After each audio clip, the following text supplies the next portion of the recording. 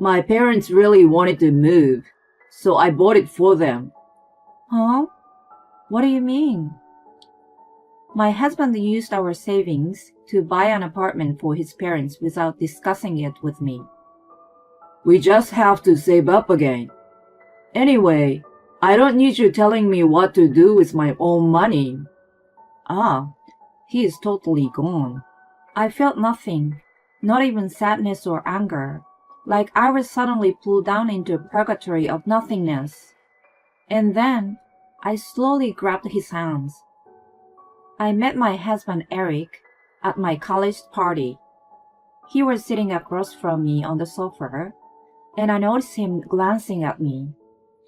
As the hour passed by and the party was at its peak, he and I went out on the quiet corner of the lawn hitting up a conversation. We had the same hobbies and interests, and it was exciting to chat with him.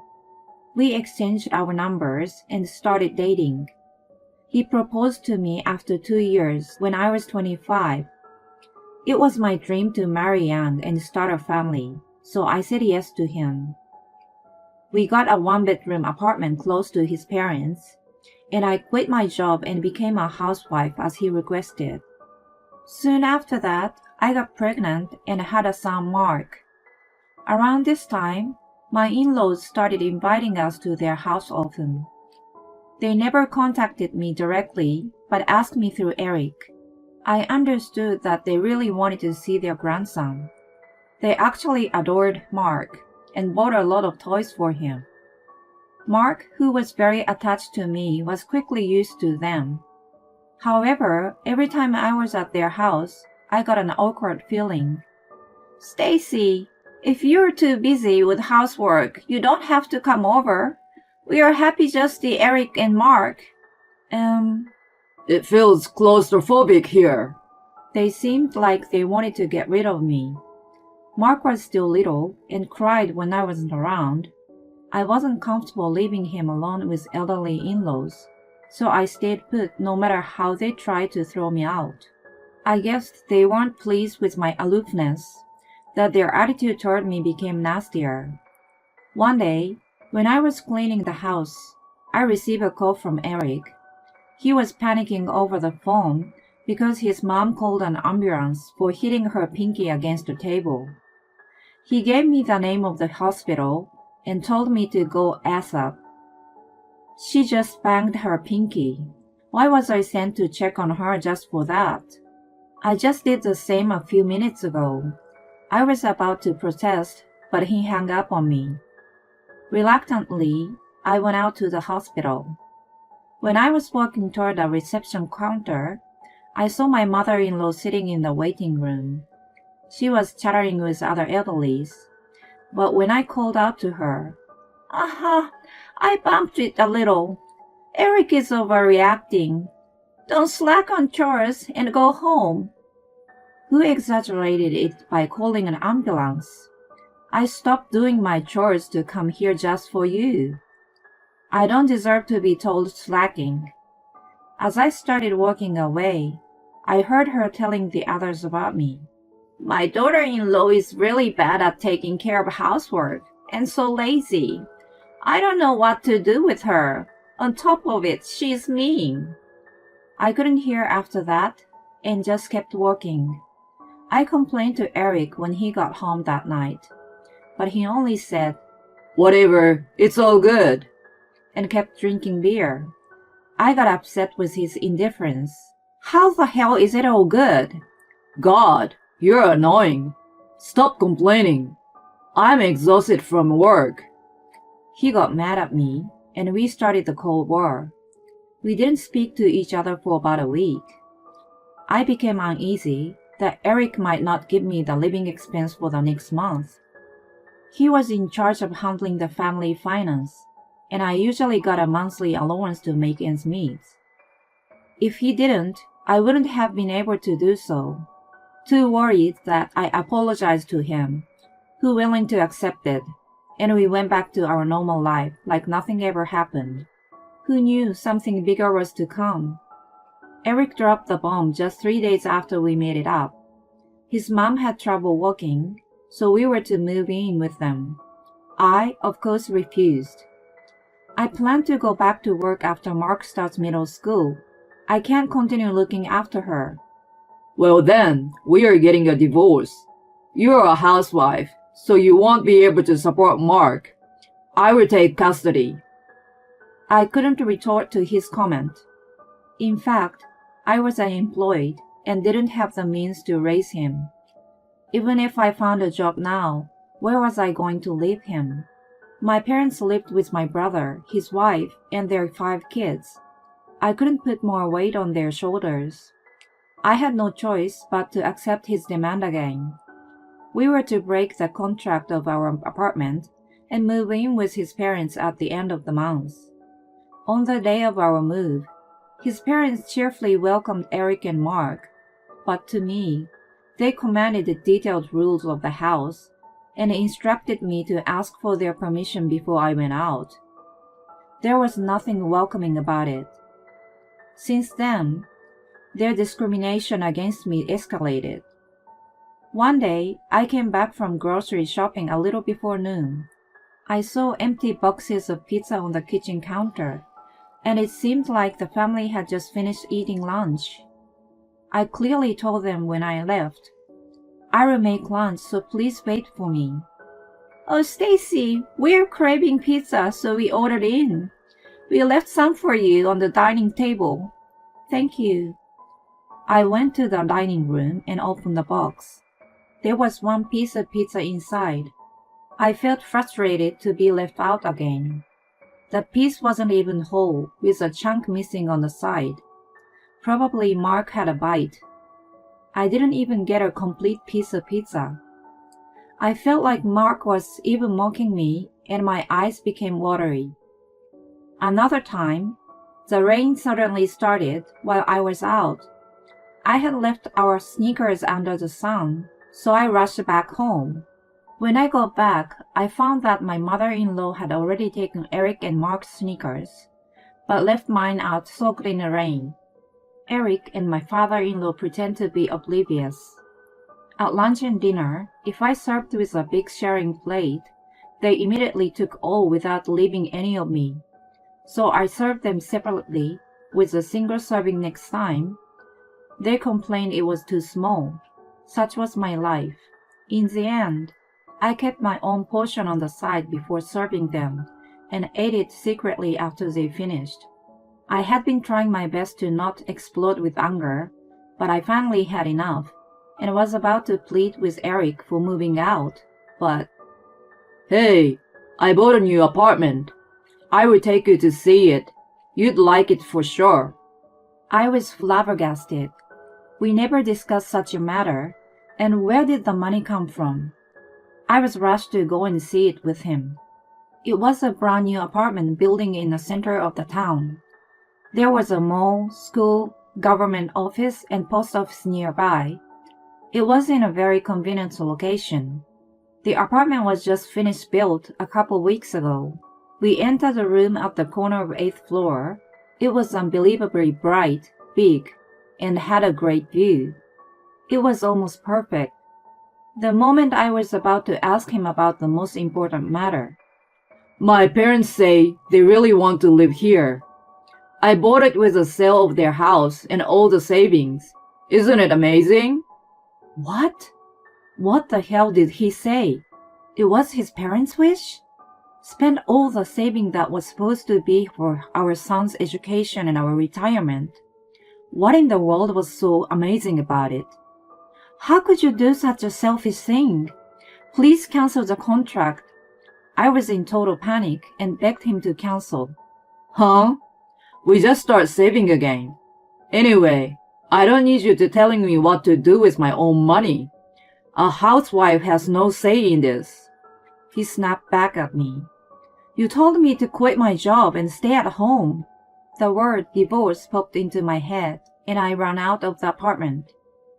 When I got home, my father-in-law was watching TV, and my mother-in-law was busy on the phone. I hurried to collect the necessary things and pack them in a bag. Then I scrolled down "Let's Divorce" on a piece of paper and left it with my wedding ring on the desk. I rushed out of the house carrying Mark, who was half asleep. Let's get a room in a motel for now. We were wandering the street on foot without knowing what to do next. Then I heard a woman's voice calling me. Stacy? Isn't that you? Oh my God, is it? I turned around and knew immediately who she was. It's me, Amy. Remember me? Such a long time. She was my high school friend. We kept in touch after graduation, but we eventually became estranged. She got divorced from her husband who cheated on her and came back to her hometown last year. I told her about what had been going on in my life and mentioned divorce as well. She smirked and said, I know the best divorce lawyer. I will pass you his contact. The lawyer happened to be the same guy with whom I had a crush in high school. I remembered him clearly. I wanted to give him a birthday present, but there were already many decorations and gifts around his locker. I went to another locker he used for the tennis club, but it was also the same. So I took a bus to his home, but this time his mailbox was too small, and there was a barking dog in front of the yard that I couldn't get to the porch. I didn't have the courage to directly give it to him, so I gave up and went home, a bittersweet memory of my youth. I got the location and phone number of his office and thanked Amy over and over when we parted. I couldn't waste a second, so I went directly to see him after that. I didn't book an appointment ahead of time, but I just needed to do something. A friendly middle-aged woman in the front assisted me and said I was in luck, that there was a cancellation. She even offered to babysit Mark and took me to the office. I waited for a little while, then Mr. Jackson showed up. He was handsome back then, but his good look was polished by age and he was gorgeous. Not only his face, but his body looked toned, and the way he carried himself in the suit was to die for. Compared to him, Eric was like Gollum. Thanks for waiting. I'm Adam Jackson. Nice meeting you. He introduced himself as he pulled out his business card. I did likewise, but I noticed my voice was shaking. I apologized for showing up without an appointment, and then briefed him on the reason for my visit. He started asking me questions, but I had a hard time focusing. On top of his good appearance, his voice was a beautiful tenor.